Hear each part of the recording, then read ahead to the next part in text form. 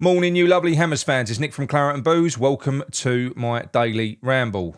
Before we go anywhere else, if you haven't seen it already, go back to yesterday, watch John's breakdown of what is a shocking turn of events for West Ham by the people at the top of the club that have been releasing statements all fighting against each other. The public blame game, it's called. Brilliantly delivered by John. You know, good bit of journalism there, mate. Very good. Delivered it perfectly as well, and it's worrying. It's worrying, and it's got me thinking. Where does this leave us? You know, I mean, this doesn't make us a circus. I think we've always been a circus, and we always will. Whilst Little Legs is in charge, but we're going to go on to talk about that before we move on to the Liverpool game. Now, if you're new to the channel, please subscribe because it does really help us, and drop a like on the video, because that tells YouTube algorithm to send it wild. So that does really help us. It's one thing you can do to help the channel.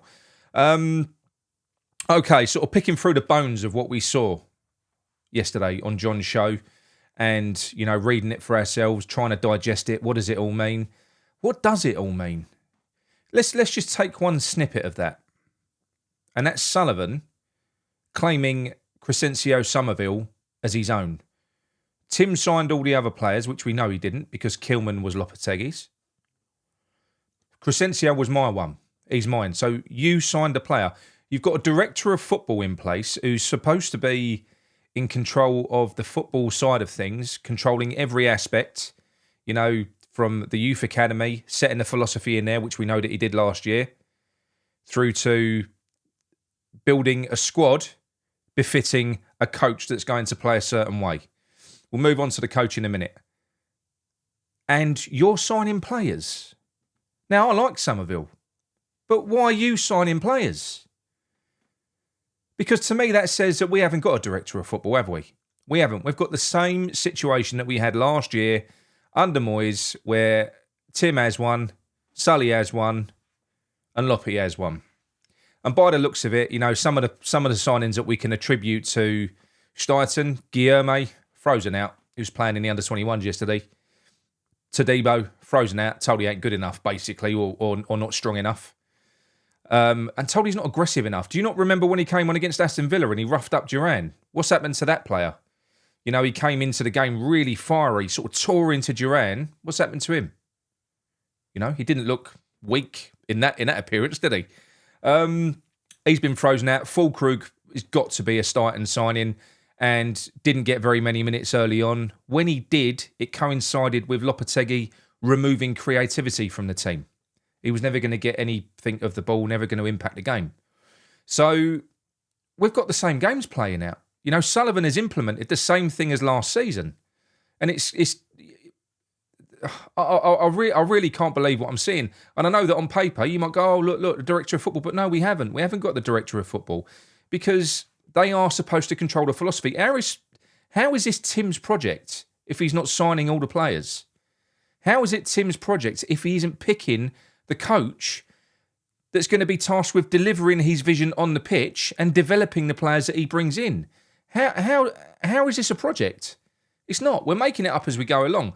Quite obviously, what Sullivan has done is he's employed Tim Stuyton as a well-paid fire blanket, a prop for him to hide behind so that he can blame mistakes on Tim, like he did for 3 years or 4 years with David Moyes, who happily absorbed any and all blame for any mistake that Sullivan made, as because he made enough himself.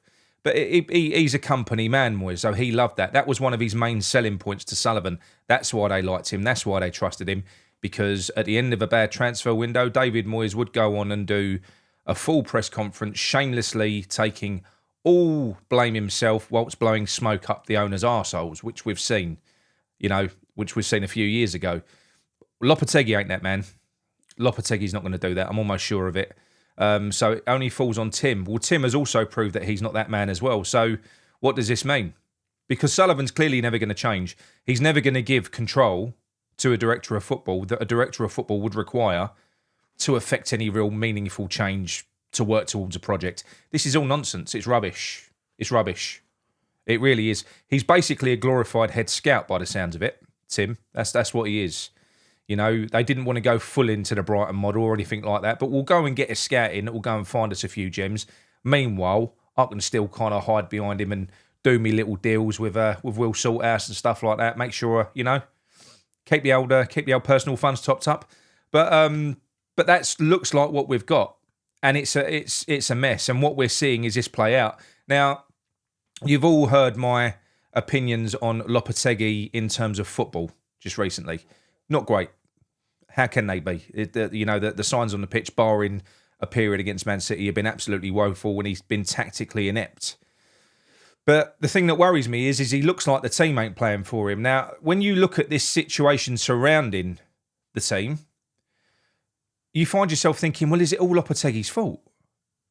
Because this must filter throughout the club. This bad feeling that's been embedded at West Ham that stems from the top, it's going to filter down into the first team. We're looking at players that don't look like they're ready to run through brick walls for anyone, let alone Lopetegui. You've probably got an awful lot of players there that want out. I can only imagine it's a toxic atmosphere in that club. So is it all Lopetegui's fault? And you think about it as well, right? It's one thing for fans. It's one thing for me. I'm a fan. It's one thing for you. You're a fan. To kick off, knee-jerk, moan, oh, this is rubbish, after 5 games. But the owner of the football club, the owner of the football club, after 5 games, is coming out having a public debate with the so-called director of football over whose decision it was to bring in the manager that's struggling in the first 5 games of the season. So you've got to look at that. And I find myself now looking at Lopetegui after not being very, very happy with him, and I'm still not, because I still have all the same questions that I had prior to all of this. But on a personal level, you've got to feel sorry for the bloke. This is disgusting. He's struggling. He's on his arse. And his immediate boss, you can call him his line manager, Tim, has come out and basically said, via Graham Bailey, I warned Sullivan not to get this man on board. Sullivan's come out, he's hit back. And whilst doing that, he's thrown a dig to the ribs to Tim by saying, well, I bought Somerville, he bought all the rest. They're crap, aren't they? Basically what he's saying. So they're having this public spat now. And Lopetegui's left underneath it all. Now, I don't think anyone's absolved from blame here. I don't. Lopetegui must have had a really good PowerPoint presentation when he came into the club. Having said that, I don't think that's the case at all. I think that's all nonsense. I think it's nonsense. I don't think Sullivan bought into anything other than his relationship with Will Salthouse. We know that. He had a little look on Wikipedia, saw he'd managed Spain and Real Madrid, and went, yeah, there's our man. He's managed Real Madrid. He must be brilliant. I think that was as far as the digging probably went with Sullivan, Looked good on paper. So, yeah. So I don't think any of them are absolved from blame, but you do find yourself feeling sorry for Lopetegui at this stage on a personal level. I do anyway. I do. I think it's disgusting what we've done.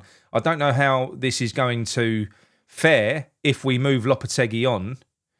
If you're a prospective manager from the outside looking in, surely you're going to look at this situation unfolding 5 games into a season and go, fuck, no way. I don't want anything to do with that. Because you're on a hide into nothing. Unless you're going to come in and be a yes man, Sullivan will get you out at the first opportunity, He will do. Unless you're going to... I don't know what's going on. I can see Tim going before Loppy, if I'm being honest. With this playing out the way it's playing out, Tim and Sullivan have obviously fallen out behind the scenes because I'm sure Tim wouldn't be doing this if it wasn't for self-preservation. There must be some arguments going on behind the scenes. Someone's going to walk or something's happening. They must be for them to be doing this, and they're all covering their own arses, trying to protect their own reputations. But what Sullivan doesn't realise is his own personal reputation doesn't matter. He's the owner of the football club. Why does he try to win and score points against his employees? Because if his employees fail, he's failed. He employed them. So if they turn out to be shit at their job, ultimately, it's Sullivan's fault because he employed them. You're always fully accountable for the people that you employ and that work for you. Always. Ultimately. He doesn't seem to get that. He's childish. He thinks, if I make Stein look bad and Loppy, but I can say I bought Somerville, they'll think I'm great and they're all crap. No, mate. You've got it wrong. Again. And you're never going to get it right. There's always going to be elements of something that you do that's going to hold us back at this club. Always. It's the way it feels. And it's so deflating because, you know, if you offered me Amorim to replace Lopetegui tomorrow, I'd take it. I'd take it. I would do. But I think this has really, really sucked the life out of me, this Lopetegui appointment. I knew it was going to, didn't know it was going to go this bad. I had a bad feeling about Lopetegui. I didn't want him. And I still hope it goes good, by the way. It could do. Look, he's an experienced manager. He could turn this round. We could beat Liverpool tonight. We could beat Brentford. We could beat Ipswich. It could happen. But I've got a bad feeling about it. I don't think it's going to happen. And I think the environment that's being built around Lopetegui at the moment isn't helping him, is it? You know, everything's coming down on top of him. It's like he's trapped in a cave and everything's fucking coming down. So it's almost he's not being given a platform for success. They're not helping him, which is mad. 5 games into his tenure, they should be sticking by him. They should be giving him everything he needs, every bit of support that he needs at this stage, because he hasn't failed yet. Fair enough, he's come in with some bullshit ideas tactically that are not suited, I don't think, to the Premier League. I think he underestimated how fast the Premier League is, which is worrying in itself for somebody who was out of work for a year and has apparently been studying not only West Ham but the Premier League and opposition and everything else. To do what he did against Chelsea was a damning indictment on his tactical analysis and implementation. He'd had a chance. He'd had 4 games to watch Chelsea beforehand. He'd seen our weaknesses in the games leading up to it, and he opted for that. It was bizarre. But it doesn't mean that he isn't going to learn, click, switch, or get advice from somebody and take it, and that will help him kick on. You don't know. None of us do. But I can't see it. I can't see it because of the fanfare around this now. It feels to me like Loppy's days are numbered. It does. And that clown at the top of this club is completely taking the wind out of my sails, because it is a realisation that it just doesn't really matter what manager we get in. It doesn't matter what manager we've got. He's always going to trip us up. He's always going to slow us down. He's always going to hold us back. He's always going to hold us back every step of the way. And what next? Lopetegui goes. You trust Sullivan to go out and replace him? I mean, he's gone from Moyes to what looks like, let's be honest, and I'm going to stand by what I said the other day, he's gone from a crap manager to a worse one. He doesn't build on success, Sullivan. He doesn't. It's almost like he sees it as a little chance to stand there, admire his work and cash in on it, and then he fucks it up and he goes again. And it's going to be a relentless cycle of that. We're never going to build. We're never going to actually go anywhere with this man in control, but he's never going to go anywhere. We had people that wanted to buy the club in the summer, but they didn't want a equal or minority stake because they've seen what's happened with Kretinsky. It's all a nonsense. Sullivan's saying it will knock his shares down so that he's even with Kretinsky and the new prospective client. It's nonsense. It's an illusion because he's got the golds that are there that will always tip a vote in his favour. Everybody knows this, which is why we've not been able to get investment. The only people that wanted to buy into the club were ones that had a controlling stake or ones that could buy the club outright. Sullivan would not have it because he will not let his little toy go. He's going to be torturing us until he pops these clogs. He really is. I'm completely downbeat about it all now. It's nothing that a win won't fix against Liverpool. Nothing that a win won't fix, and a win against Brentford. You know, as fans, we are that easy to please. It's more about what happens on the pitch. But when you can see what's happening behind the scenes now, you can attribute an awful lot of what's happening on the pitch to the events that are transpiring off the pitch. There's obviously a lot of bad feeling there. Again, Lopetegui and Tim clearly do not like each other, the way that they portray their relationship in public. They clearly don't. Like I said, Guilherme, where is he? He ain't even tried with him.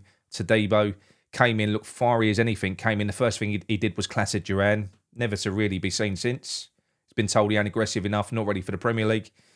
And, you know, can't blame Lopetegui for injuring Füllkrug, but I don't think he was ever really going to get any minutes. I don't agree with the Füllkrug signing anyway. If that was Tim's, as far as I'm concerned, that's a cross on Tim's record, because even if Füllkrug succeeds, he can't really succeed. He might score 10, 15 goals, but there's no return on that deal. He's 31 now, soon to be 32. We've got him for 4 years on over 100 grand a week. It was a stupid deal. I don't like that. But it's by the by. He's our player now. You've got to move on with it. And we've got Liverpool that we move on to face tonight. Now, I think sort of touching on what John said yesterday, I feel exactly the same. Lopetegui needs a win. He's desperate for a win. This competition is never going to be a priority for Liverpool. Never has been, never will be. Even though Arne Slot is a new manager, you think he's probably not in a position to toss a cup away. But his mandate will be the European competitions in the Premier League. They'll be his mandate. These are friendly games for him. So I think you're going to be seeing a backup team coming in predominantly. I think it will be a B team, and Lopetegui is in no position whatsoever. Even though we've got an important game at the weekend, winning is a habit. Playing well is a habit. We've got to get started. What better opportunity to go away to Anfield, whether it's against their B team or not, and beat them and play well? What better way to kickstart your season? It's a massive opportunity for Lopetegui. It's huge. And whether we win or not, if we go out and we give a good account of ourselves and we play well and we come away from that game feeling like we gave it a good go, do you know what? That's a start. That's a starting block. Because he reverted after he kind of had that against Man City. We came away from that game thinking we had a go. He's got to do that against Liverpool, and then he's got to do that again against Brentford. The big one, I think we will have a go tonight, by the way, but then against Brentford, what he's got to do is not revert to type like he did against Fulham and shit himself in one of the games that we're expected to get points from, because that's what we've seen. When he's under pressure to get a result, he's obviously got fixtures in a season where he has set himself targets to get points from, then he goes conservative. That's completely wrong. You can't do that. But then again, I don't think you can go conservative against Brentford, because they're a low block team. So we're going to have the ball whether we want it or not. It's what we do with it. We can't knock it about in our own half of 90 minutes. We're going to have to attack them. So it will be interesting. I think I'm going to go for a win tonight. I'm going to go for a 3-2 win. I reckon it's going to be a bit of a goal fest. I think we're going to have a good time. I think Kudus is going to get on the score sheet. I think Bowen's going to get on the score sheet, and I just want to see him play. Go back to basics with this formation. Play a 4-2-3-1, so to speak, but not with two holding midfielders. We don't need Rodriguez in there. We've got one of the best defensive right backs in the country, if not the best. Play him at fucking right back. Especially when you've got Mavropanos in there. Play him at right back. Let him do what he does. Just have a solid structure. Stop pissing around, trying to get players to switch positions and transition and move all over the place when they clearly ain't getting what you're trying to get them to do. Go a little bit more conventional. If you're going to press as a team, or don't press at all. Because that was where a lot of our issues stemmed from against at the weekend against Chelsea. That was where a lot of our issues stemmed from, where we was doing like a one-man press and leaving gaps behind us, and they was just passing around us with ease. Press as a team, or don't press at all. Whatever. Press or block. So, yeah, I'm going for a win. More on faith than anything else, because I think that he is desperate for something good to happen. I hope he gets it as well, because like I said to you, I would replace him tomorrow if I could, but at the same time, he is our manager, and I do feel kind of sorry for him as well at this point, because he's only been here 5 weeks, and all of this shit going on above him. I'm probably not surprised if there's a little bit of resentment there from his side, and he's playing games and maybe being petulant and freezing players out. This stuff don't help. It don't help. But ultimately, it all does stem from Sullivan. This mess that we're in, which it appears like a mess, has been created by Sullivan. This was a perfect opportunity for us to build. Tim Stein, Director of Football, off you go. Get your manager in, your coach. There's your pot of money. You manage it. You know what we need. You go out and get our players in. Then there's no... It's, you know, you've given it a good go, but he hasn't done that. The Duran deal, that was scuppered by Sullivan. It was initially by Stuyton, because he got his priorities all wrong. We could have got him for 30 million at the start of the window. Tim chose to then go and piss off and start swanning around Brazil, and came back with Louis Guilherme, who ain't even going to see a minute of Premier League football this year. By the time he came back, the price had increased. Sullivan basically got petulant and refused to pay the money that Aston Villa wanted. So ultimately, it was a mistake. It was a mistake by Tim, but Sullivan basically cut his nose off to spite his face because he's petulant. Didn't back him with the money that we needed to buy the player. Didn't back him. So, yeah, because he had to buy his own player. Look, don't get me wrong. I'm glad he did. I don't believe it anyway. It's nonsense. He's only claimed Somerville because he's the one that the fans like at the minute. You know, if Somerville has a stinker next week, he'll probably go, oh, no, I was only joking. That wasn't nothing to do with me. That was Tim. But look, anyway, that is it from me. I hope you enjoyed the show. Very rambly. Yeah, it's same old West Ham. Nothing's changed. The director of football thing for me he's not a director. Tim ain't a director of football.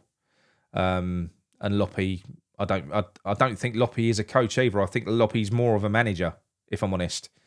I think he is. He doesn't do as he's told, does he? You know, he's more of a manager. They feed in together to Sullivan. Sullivan sits at the top, and you've got Tim and Loppy probably on an even keel, both feeding into Sullivan, who probably plays them off against each other.